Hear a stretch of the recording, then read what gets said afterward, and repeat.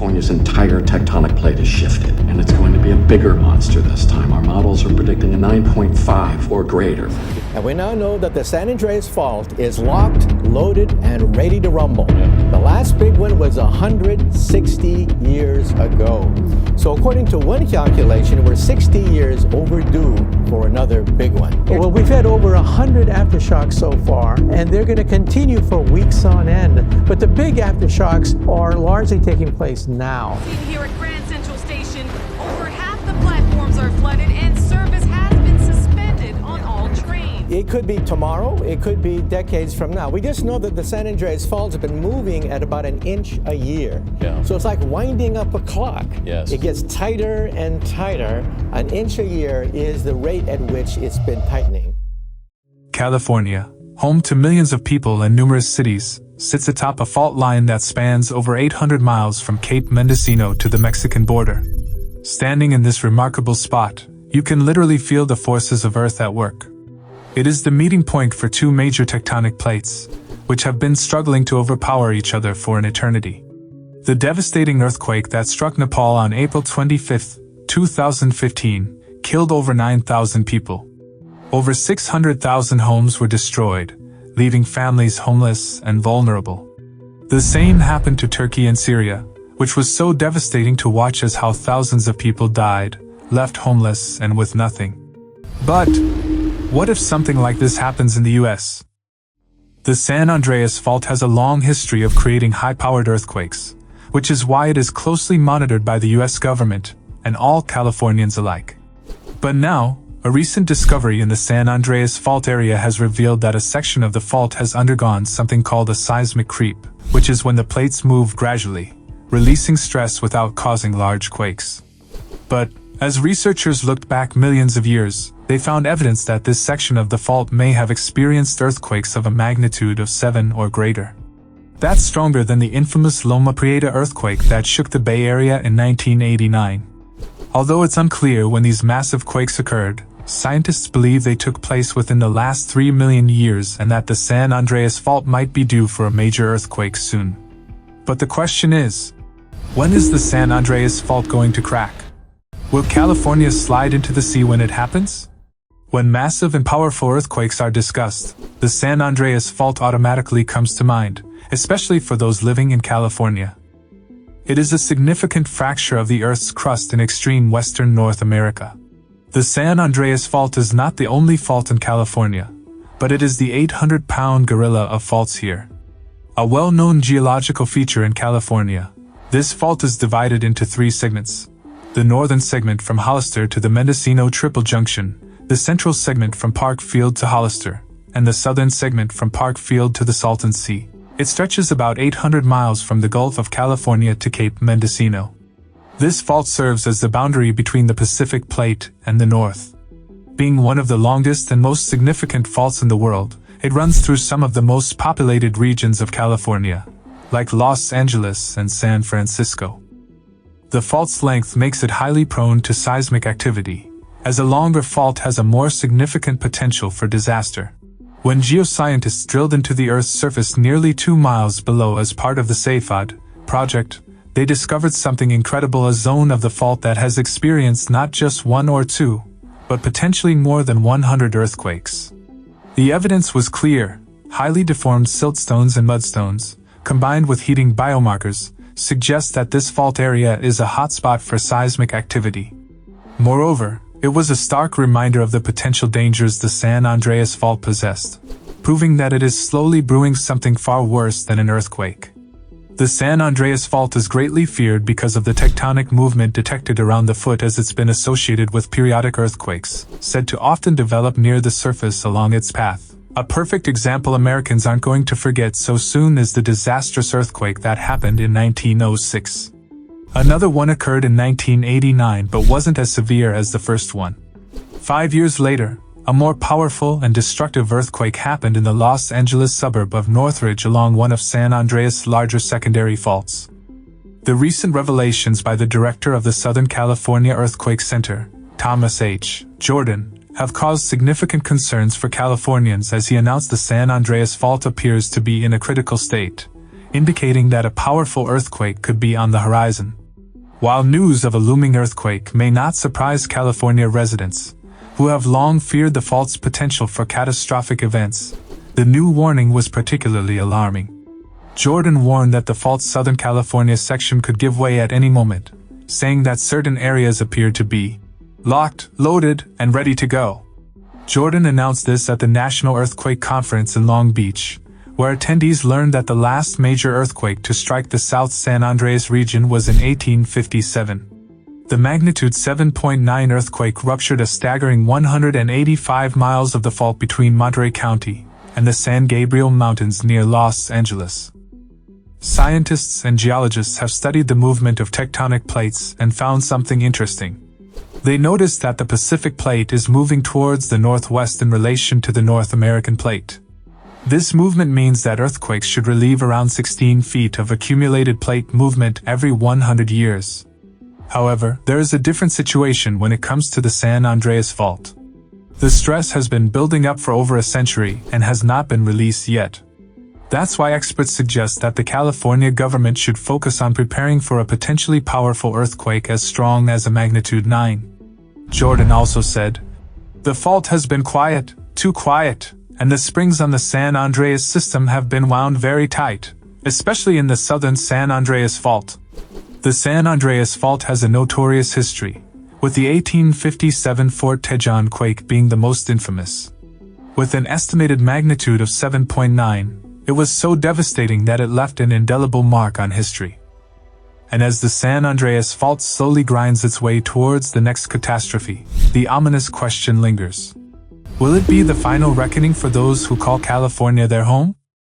To answer this, a team led by Thomas Jordan recently simulated a possible magnitude 7.8 quake on the San Andreas Fault.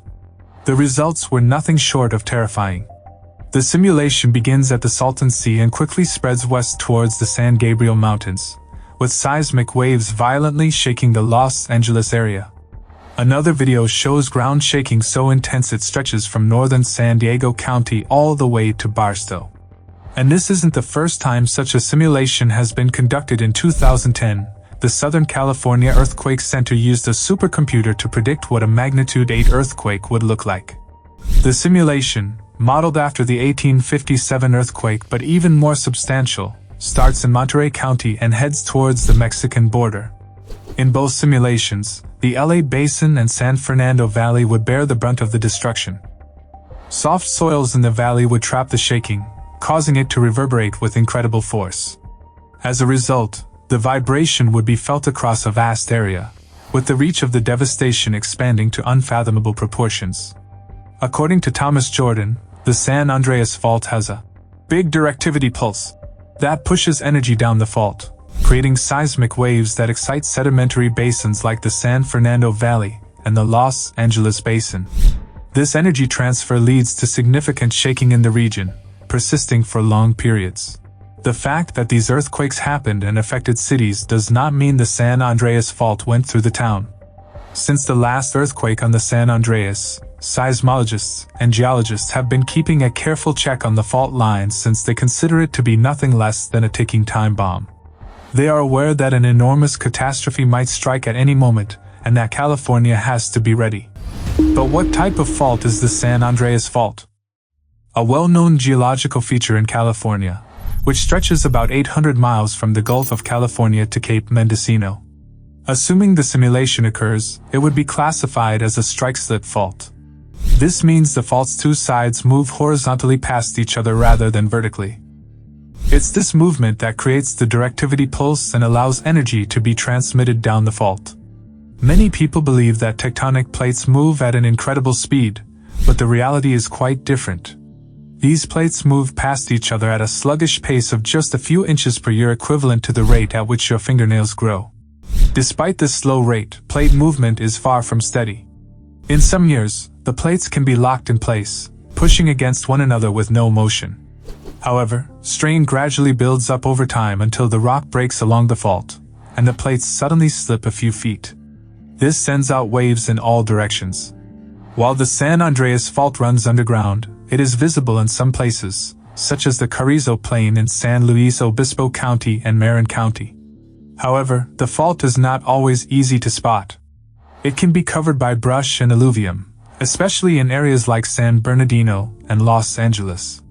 Massive parts of the roads along the fault are cut through great mountains of the gouge, powdery and crumbled rock that the moving plates have crushed. But what would happen if the big one comes? According to the report, a catastrophic magnitude 7.8 earthquake could wreak havoc, causing 50,000 injuries, $200 billion in damages, and long-lasting disruptions. But that's not all. The report predicts an estimated 1,500 deaths and a crippled sewer system for 6 long months. The sheer power of the earthquake is astounding, with shaking lasting almost 2 minutes. The Coachella Valley, Inland Empire, and Antelope Valley would bear the brunt of it. But even areas like the San Gabriel Valley in East Los Angeles, where sediments trap shaking waves, could suffer pockets of vigorous shaking. However, they observed that the earthquake was just the beginning, and that hundreds of fires broke out as a result of the clogged highways and damaged water systems. Smaller flames combined into bigger ones, destroying whole portions of the city. Lucy Jones, a seismologist at the USGS, argues that the scenario may be overstated. Jones says that the scientists who did the analysis were shocked by how bad the fire damage was from the earthquake. If the Santa Ana winds are blowing at the time of the earthquake, things could get even worse. Even though Los Angeles has a water supply on its side of the San Andreas Fault, the drought has caused the reservoirs to run dry. Because of this, these seasonal winds blow dusty, dry air from the interior to the coast, which makes wildfires more likely. Dr. Lucy Jones, an earthquake expert, said that if Los Angeles were hit by a tremor like the one that hit southern Turkey and northern Syria, only 1% of buildings would collapse. However, many more buildings would become unlivable, and around 40% would be severely damaged and unusable. This means that even new condos in downtown LA could be affected. One study estimates that great earthquakes with magnitude 8 and higher happen to have an energy of 15 trillion kilograms of TNT, but they only happen once a year, and in 2004, one earthquake in Haiti was of magnitude 7.0. Earthquakes this size occur about 20 times each year worldwide. The Haiti earthquake released energy equivalent to 476 million kilograms of explosives, about 100 times the amount of energy released by the atomic bomb which destroyed the city of Hiroshima during World War II. Earthquakes are deadly, but there is something far more sinister than a high-magnitude seismic event. One of the reasons why the San Andreas Fault should be feared is not how much energy it has but what it can bring afterward. The study, led by University of Illinois Urbana-Champaign Civil and Environmental Engineering Professor Ahmed El-Banna and Professor Aries Rozakis of the California Institute of Technology, sheds light on the dangers of coastal areas surrounding the fault. The connection between strike-slip faulting and tsunamis has been a topic of exploration. Still, often, studies focus on specific fault systems or geographic locations, overlooking the intricate details of fault geometry and bathymetry. However, a groundbreaking study has just been released that examines the fundamentals of a strike-slip fault system within the boundaries of a narrow bay, providing critical insight into the hazard associated with such faulting. The study's lead author, El-Banna, says that instead of concentrating on location-specific events, they simulated a basic planar fault passing through a simplified smooth-bottomed bay, similar to a bathtub. This simplified model enables them to generalize to any place on the planet that may be at risk. The simulations revealed that intersonic earthquakes, which are fault ruptures that happen so quickly that their movement outpaces the shaking waves they generate, can trigger massive tsunami waves. El-Banna illustrates the effect of horizontal strike-slip fault displacements by comparing it to shaking a water cup in your hand. He explains that the sloshing motion results from the horizontal shaking, which pushes and pulls the boundaries of the bay, leading to water displacement in the vertical direction and initiating the tsunami. The revelations of the study state that it can cause significant damage to coastal areas, including flooding and destruction of buildings, and the amount of damage caused by a tsunami depends on several factors, including the size and speed of the wave, the slope of the coastline, and the height of the sea level. In addition, these waves can travel across entire oceans, leaving a trail of destruction in their wake. As you might know, the Chilean tsunami, 1960, is a prime example of the devastation that these events can cause. This tsunami was generated by a massive 9.5 magnitude earthquake that ruptured over a distance of more than 1,000 kilometers, causing destruction in Chile and as far away as Hawaii and Japan. Seismologists strongly advise that we prioritize the construction of earthquake-resistant buildings and infrastructure. This can be achieved by incorporating flexible structures and shock-absorbing materials in the design process. Doing so can significantly enhance the likelihood of survival during seismic events. Moreover, it's crucial to establish reliable early warning systems that can provide ample time for coastal residents to evacuate in the event of a tsunami. These systems can be equipped with advanced sensors that detect even slight changes in sea level or seismic activity. The timely dissemination of alerts through text messages or other communication channels can mean the difference between life and death. Thus, implementing these measures should be a top priority for all communities in disaster-prone areas. As the San Andreas fault shifts and strains beneath the surface, it's hard not to wonder when the next devastating earthquake will strike and what kind of destruction it will leave in its wake. Tell us what you think in the comments. What will happen if this fault wakes up? As always, thanks for watching our video. See you in the next one.